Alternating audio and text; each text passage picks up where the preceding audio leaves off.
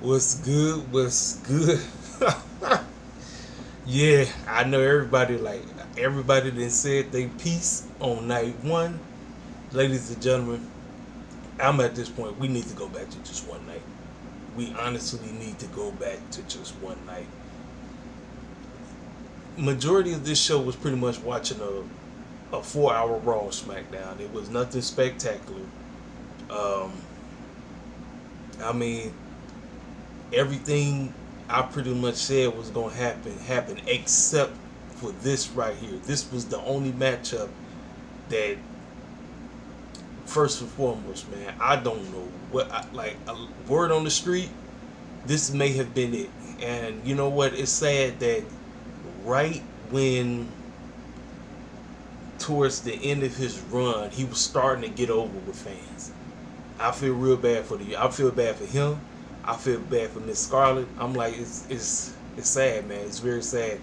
You do this, he gets over. This is the biggest problem with people that work for WWE. Shout out to that boy BC Amplified. He said this. He said if you get over on your own merit, Triple H doesn't push you. He only's gonna push you if he's the one that got you over, and that's sad. That is sad to the highest order, ladies and gentlemen. I'm like, man. I'm like, and word on the street, the energy went out the door when this match happened.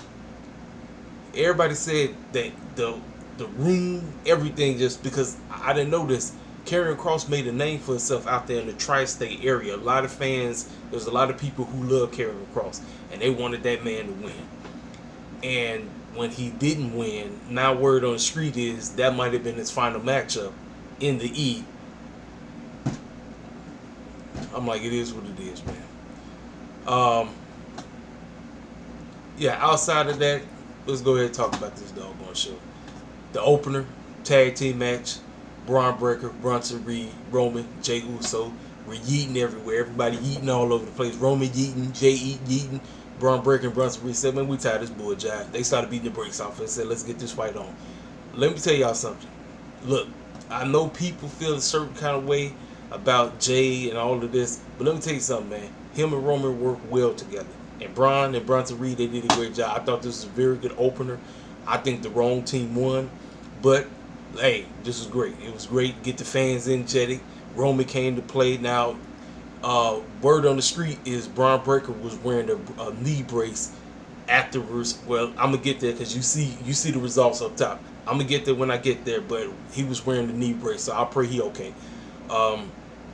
But Roman, Jey, Braun, Brunson coming out there in the doggone gym shoes and everything. Listen, see, this matchup would have been great if the WWE Tag Team titles was on the line in this matchup for the Raw side of things. It would have made so much more sense because you got people that's moving. You understand what I'm saying?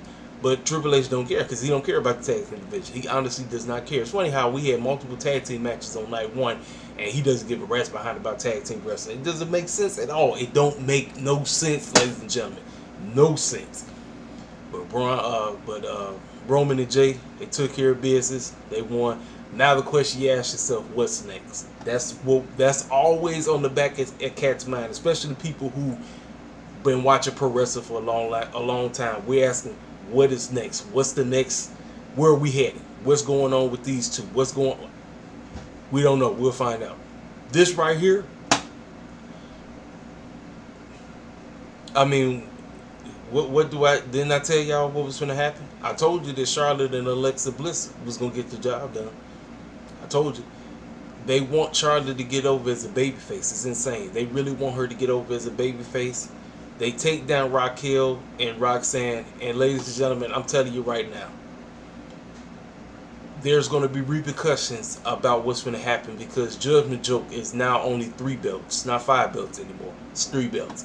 So Judgment Joke will have repercussions coming tomorrow.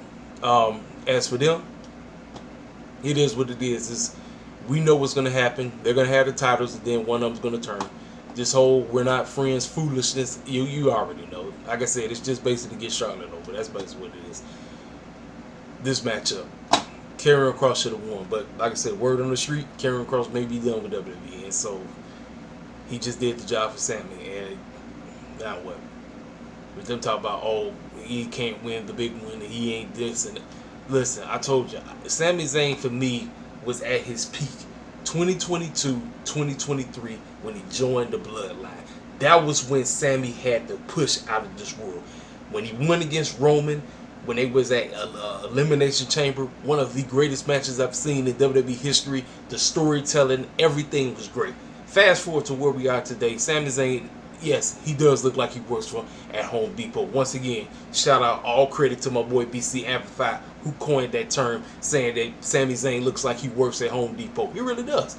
He does. I'm like, I don't know.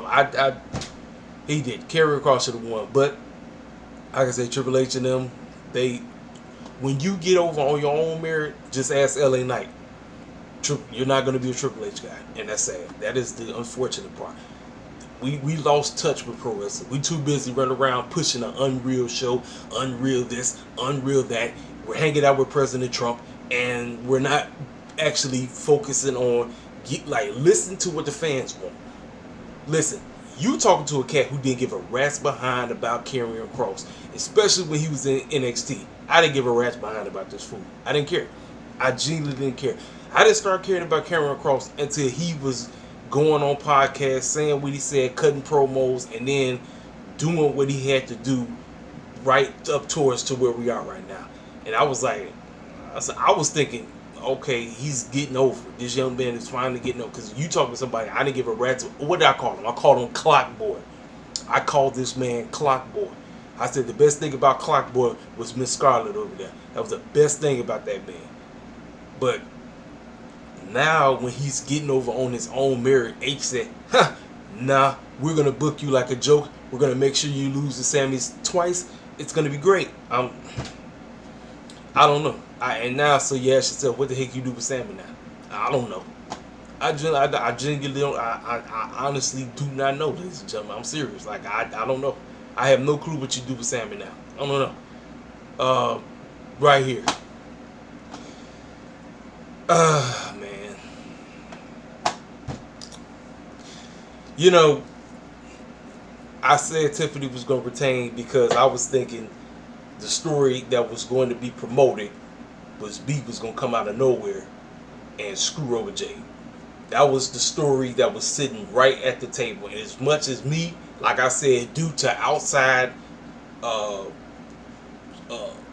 WWE, outside of what was happening in the ring, and for the people who are new to my channel and don't know what the heck I'm talking about, let me go back over this foolishness. So I want to say about a year and a half, a year and a half ago, this was right when Tiffany was basically making her way into the main roster, and she was going against Naomi, she was going against Bianca, she was dealing with Jade, she was dealing with all these people, right? Well, listen, what wrestlers try to do, they try to take the beef from on TV and put it on social media and try to get heat. So they try to get heat. And I understand it's part of the story. You're trying to get heat. What Tiffany decided to do, she went and got a dumb man video from some non-FBA woman. I don't know, one of them reality shows or whatever. So what she decided to do, she took Jade, Naomi, and Bianca, and the young lady who was non-FBA, because I seen it. When I say non-FBA, I'm talking about non-foundational Black American. I think she was Caribbean or something like that. On one of them reality shows, she was talking about somebody and she called them a black female dog. So when she took that, she put it together and it was referring to both Naomi, Jade, and Bianca. So I'm sitting up here saying to myself, oh, Tiffany, oh. And remember, I was on the Tiffany bandwagon. When she was in NXT, I was like, this young lady got it. I say, this kid is going to be great. She's got it. I was saying she's better than doggone Charlotte. I was saying that. Then she put that retarded man video out there, then had the nerve to say that she didn't hear the audio. I said, oh, come on, Tiffany. Come on, girl. You know better than that. Come on. Cats was rooting for you. It was a whole bunch of cats, especially us. We was rooting for this young lady. Then she go and showcase how she get down. I said, oh, okay. All right, cool. All right, this is how you move? Fine. Then she had the nerve to say that she didn't hear the audio. Get out of here. You made a mistake. She turned. Listen, She turned one. She turned the comment section off. Like, she didn't fess up and say, I made a terrible mistake. I know I'm trying to get heat, but I made a terrible mistake. Nope, that's what she decided to do. I said, okay, all right, cool. I'm just watching this woman. I ain't on the bandwagon no more. She can just do what the heck she wanted to do. Now, like I said, I had her winning. Now, this matchup, it was some good things in it. It was some solid things. But my goodness, man, it was...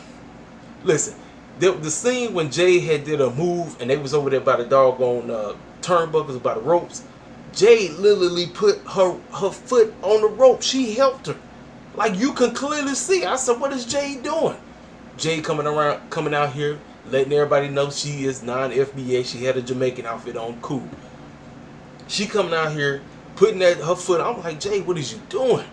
So we watching this, and I'm like, okay, Jay, it was, to be honest with you, it was an even match. Tiffany was getting her licks in. Jay was getting her licks in. And I'm thinking, okay, where the heck is Bianca? Like, that's on my mind. I'm like, all right, Bianca will come out. Tiffany won clean, ladies and gentlemen. She won clean. And I'm sitting up here saying, okay, now what? Now what?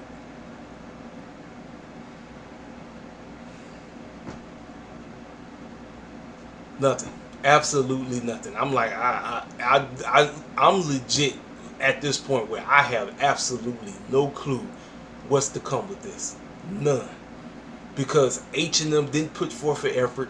The ladies were trying. They, a couple of botches. I could, Jade and Tiffany, but nothing. We got absolutely nothing.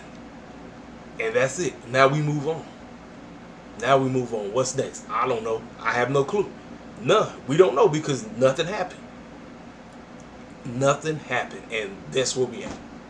Nothing. Then we get here, and I'm going to be honest with you, I kind of missed majority of this because we was messing around with the app and stuff when it wasn't working and all this crazy crap. So we came in, we seen the entrances, we saw Logan Paul and Drew come out, we seen Jelly Roll come out and Randy come out, and then after that we missed majority of this matchup. And word on the street, this was a terrible match. They say the best thing about this match was Logan Paul. They said if Logan Paul was not in this matchup, this would have been probably outside of this. This probably would have been the worst match on the whole show. Ladies and gentlemen, this whole catering to the celebrity world, hey, we're WWE, we're the greatest, we're cool. No, you're not, because you're hanging out with Trump. You're doggone putting out dumb man videos of we're unreal and all this crap. Instead of focusing on telling great storylines, you're doing all this outside of WWE foolishness that don't make sense. Pandering to fools like this. This ain't wrestling, ladies and gentlemen. It's not. And I told you who was going to win. I told y'all Jelly Roll and Randy Orton was losing. I said, listen, with Randy defeating Drew at what was it, main events, I said, this guaranteed Logan and Drew's winning. I mean, that was easy. This was primarily the easiest card to predict. Night one was very easy to predict. The problem was this was the only match I got wrong because I had Karrion Kross winning, but now hearing the fact that he might be on his way out, this probably, this is the only one that I didn't get right. I knew Tiffany was retaining. I knew Logan Paul and Drew had this on lock. I knew Charlotte and Alexa was winning, and I told you with the beatdown that Roman and Jay got, that was cold for. They going as much as I preferred Braun Breaker and Bronson Reed winning. I knew Roman and Jay was winning. I told everybody. I was like, look, I don't even be reviewing this stuff like how I used to. Even I knew, So here we go. Main event, ladies and gentlemen. The main event, Dana saved night one. Now, listen. Let me tell y'all something. CM Punk matches are always slow and methodical. That is who he is. He's not the guy who used to be putting in that work way back in the day. Now, can he still do it? Yes, because he got Gunther. Now, let me tell y'all something. The fans were done. They were out. They was like, man, can this show? And this is the crazy part. It was only, 3.5 hours? Because the pre-show was an hour, so 4.5 hours altogether. 4.5 hours. The fans were out.